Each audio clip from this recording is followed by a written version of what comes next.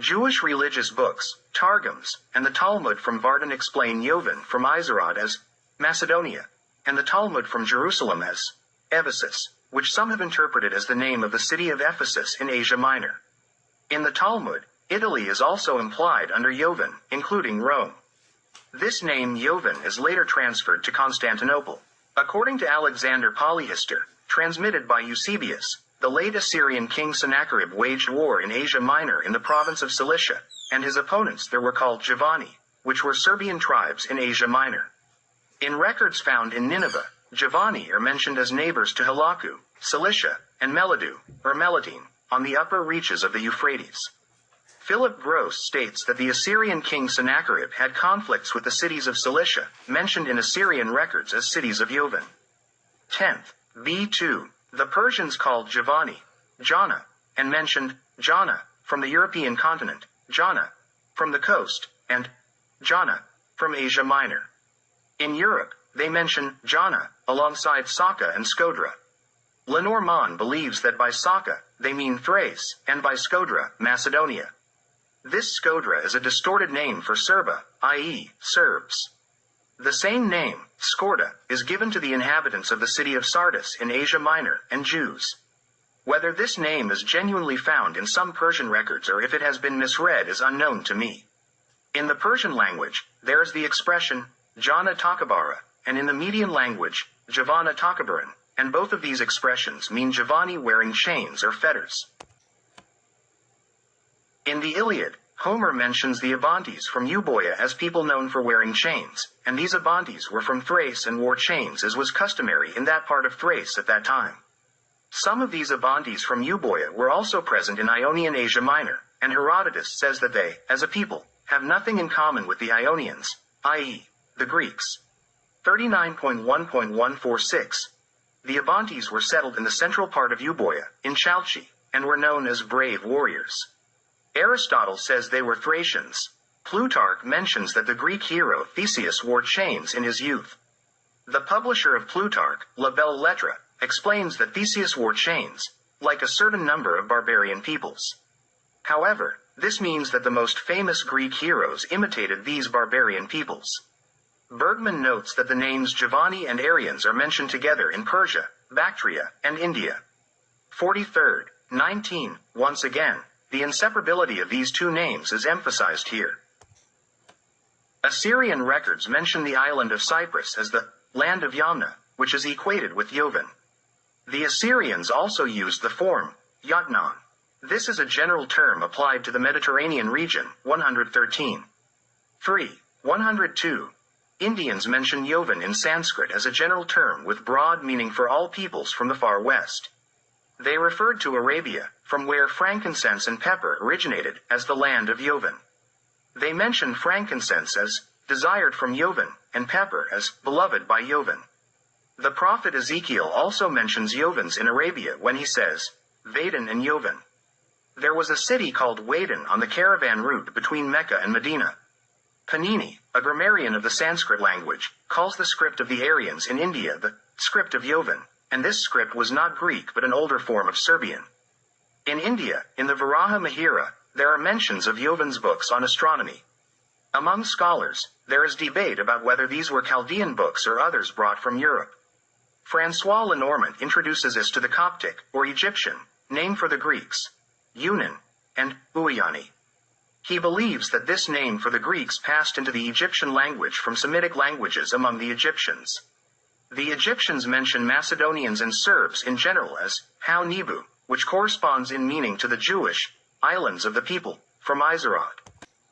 The Egyptians called Alexandria, built on the site of a small settlement called Rakoti, the residence of Hau Nebu.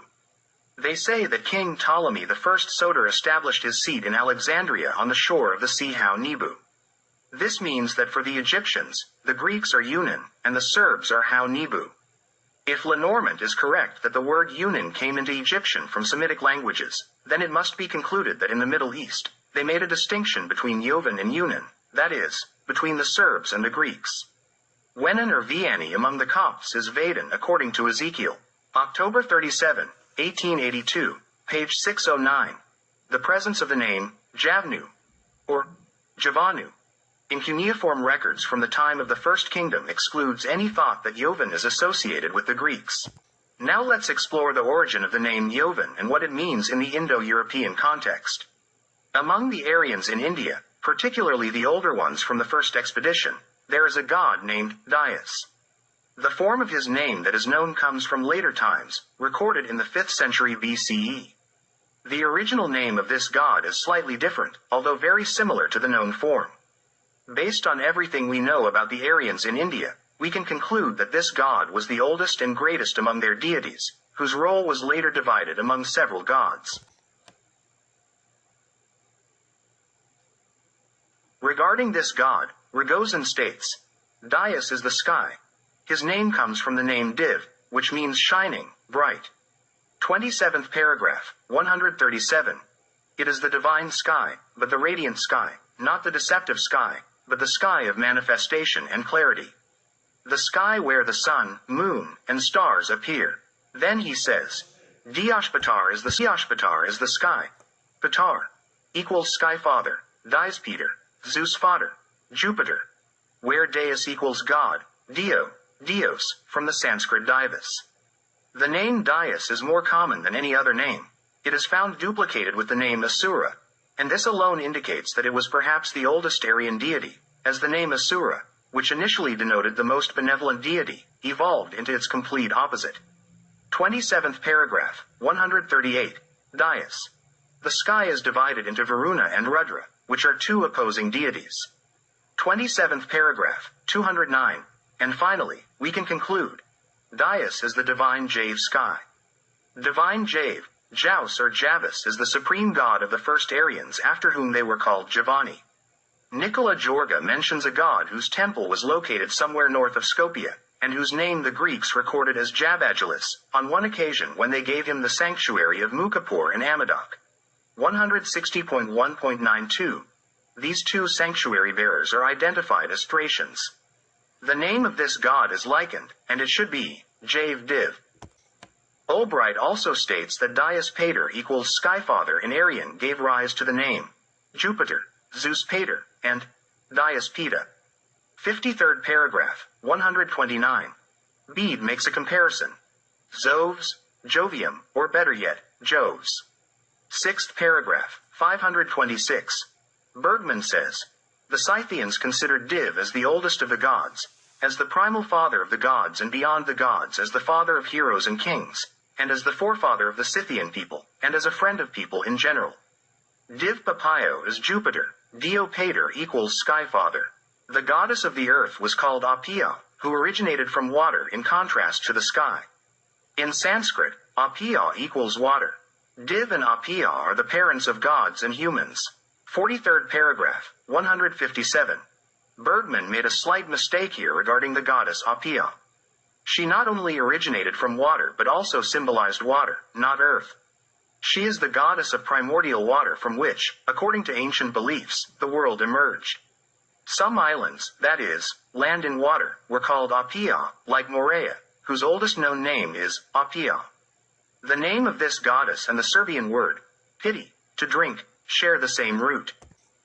About the origin of the name and the meaning of the god Jove, or Jupiter, the clearest explanation comes from the learned Roman, Marcus Terentius Varro, who states, Jupiter was previously called Diovis, Diospiter, which is Dies Pater equals Day Father, and those who come from him are called Dei and Dies equals God, and Divum equals sky.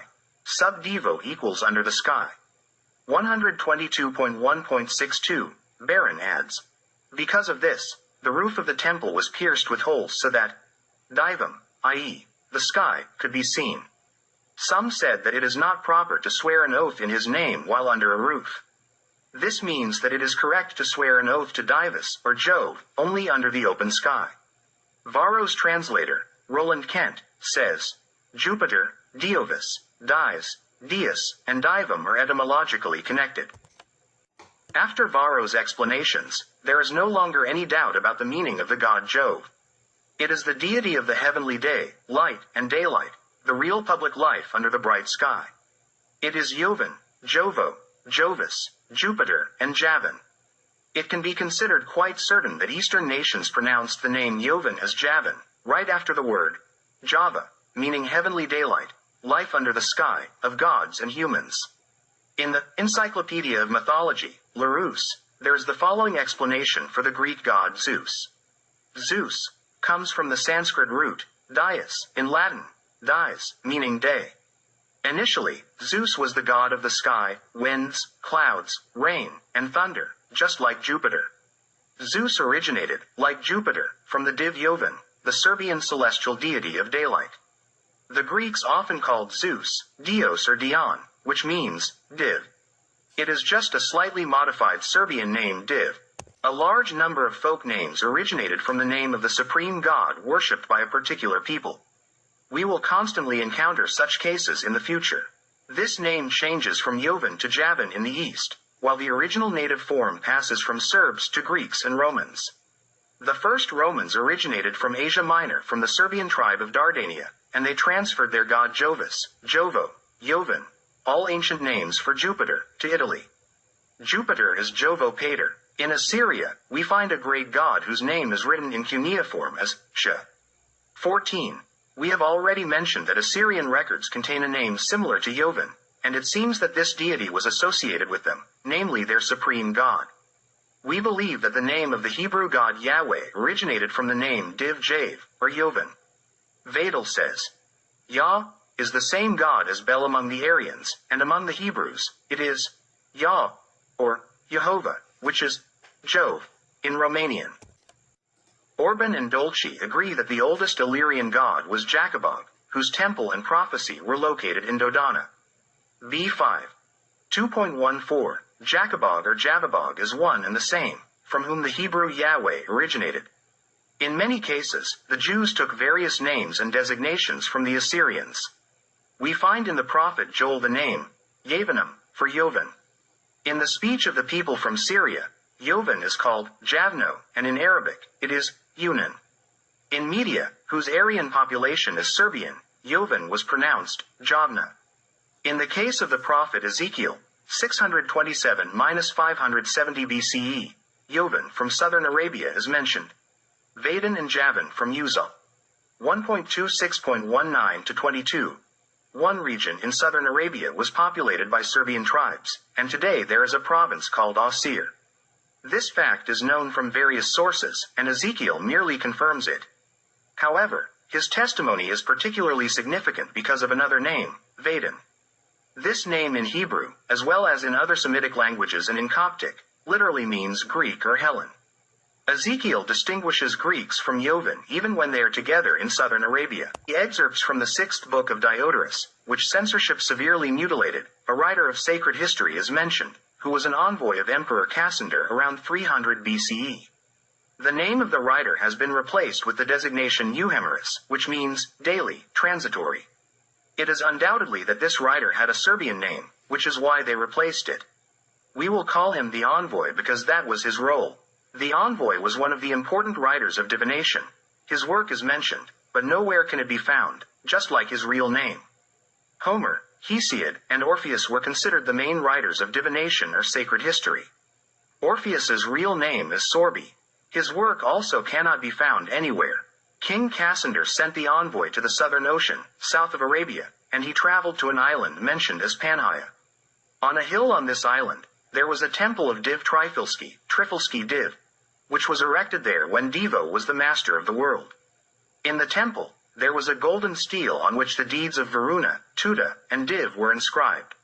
Varuna, he says, was the first ruler who knew the movements of the stars, and they called him Varuna or heaven. It literally means a Serbian word for the sky. He had 2 sons with his wife Hestia, Titan and Tut, and 2 daughters, Rhea and Demeter. Demeter is the goddess mother. Then it is said that Tut became king after Varuna and married Rasa, and they had children, Div, Hera, and Poseidon. Then, the king became Div, who married 3 goddesses, Hera, Demeter, and Themis. Their children were the Kareti, Persephone, and Athena. Greek Athena is a copy of the Serbian goddess Pallada or Pallas. Diodorus continues, saying that Div went to Vardan, Babylon, and was received there by Bello. After that, he came to this island and built an altar to Varuna, the family protector. From there, he passed through Syria and reached Kishon, the ruler of Syria, who left his name on Mount Kishanu, Jebel El Akra, south of the mouth of the Orontes River. Then, he says, Div conquered many lands and peoples. 110. v 1.1.